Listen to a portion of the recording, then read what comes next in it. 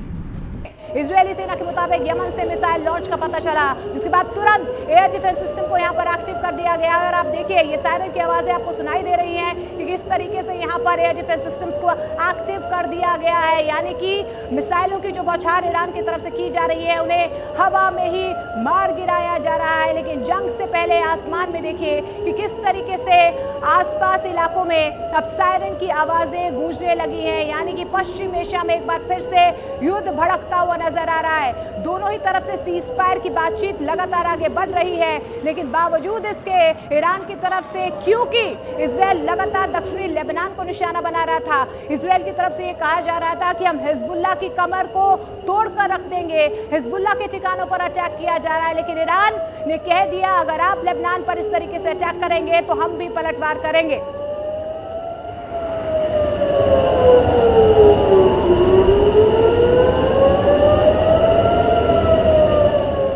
Aerospace को बंद कर दिया गया है। सीरिया ने 12 घंटे के लिए हवाई क्षेत्र बंद कर दिया है। ईरान के अमेरिकी ठिकानों पर अटैक की बहुत बड़ी चेतावनी भी सामने आई है।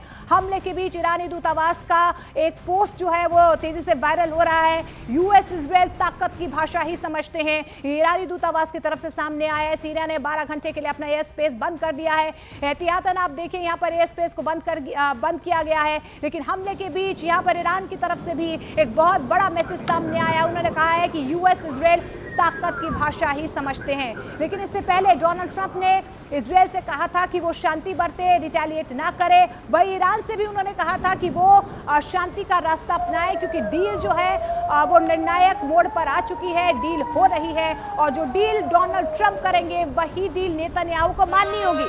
लेकिन नेतन्याहू की तरफ से साफ तौर पर ये संकेत दे दिए गए हैं, अगर इजराइल पर अटैक होता है तो उसके बाद प्रहार जो है और भी ज्यादा घातक होगा। और यही वजह है कि अब युद्ध की आग जो है एक बार फिर से भड़कती हुई यहाँ पर नजर आ रही है। ईरान ने साफ शब्दों में कह दिया है कि यूएस इजराइल ताकत की भाषा ही समझते हैं।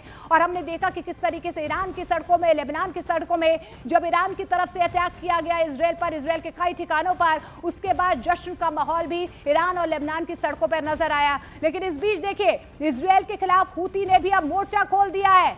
लाल सागर में हूती की इजराइल को वार्निंग। ये बहुत बड़ी डेवलपमेंट यहां पर सामने आ रही है। हूती विद्रोहियों की तरफ से भी जो लगातार प्रॉक्सी ग्रुप है ईरान का साथ देते हैं, उन्होंने इजराइल को अब चेतावनी दे दी है। लाल सागर में इजरायली जहाजों पर बैन लगाने का ये दावा जो है उनकी तरफ से किया जा रहा है। हमारे टारगेट पर होंगे इजराइल के जहाज, ये हूती विद्रोहियों की तरफ से साफ तौर पर कह दिया गया है। ईरान के साथ साथ हूती ने भी अब इजराइल पर कई मिसाइलें दागी हैं। तो एक के बाद एक अब अलग अलग चैप्टर जो हैं इस युद्ध के खुलते हुए नजर आ रहे हैं। एक तरफ हिजबुल्ला की तरफ से लगातार इजराइल पर प्रहार किया जा रहा है, इजराइल लेबनान पर प्रहार कर रहा है। अब हूती विद्रोहियों ने भी सीधे तौर पर यहाँ पर यह कह दिया है ईरान में गोला बारूद बनाने वाली फैक्ट्रियों पर सीधे तौर पर टारगेट किया जाएगा। तो देखिए इजराइल जो है अब रिटेलिएट कर रहा है, लगातार प्रहार कर रहा है। इजरायली मीडिया की तरफ से दावा किया जा रहा है कि ईरान में गोला बारूद बनाने वाली फैक्ट्रियों पर सीधे तौर पर हम टारगेट करेंगे। हाइफा में सायरन की आवाजें सुनाई दे रही हैं। ईरान ने देर रात इजराइल पर 11 बैलिस्टिक मिसाइलों से प्रहार किया और उसके बाद अब जो है ये युद्ध भड़कता हुआ नजर आ रहा है।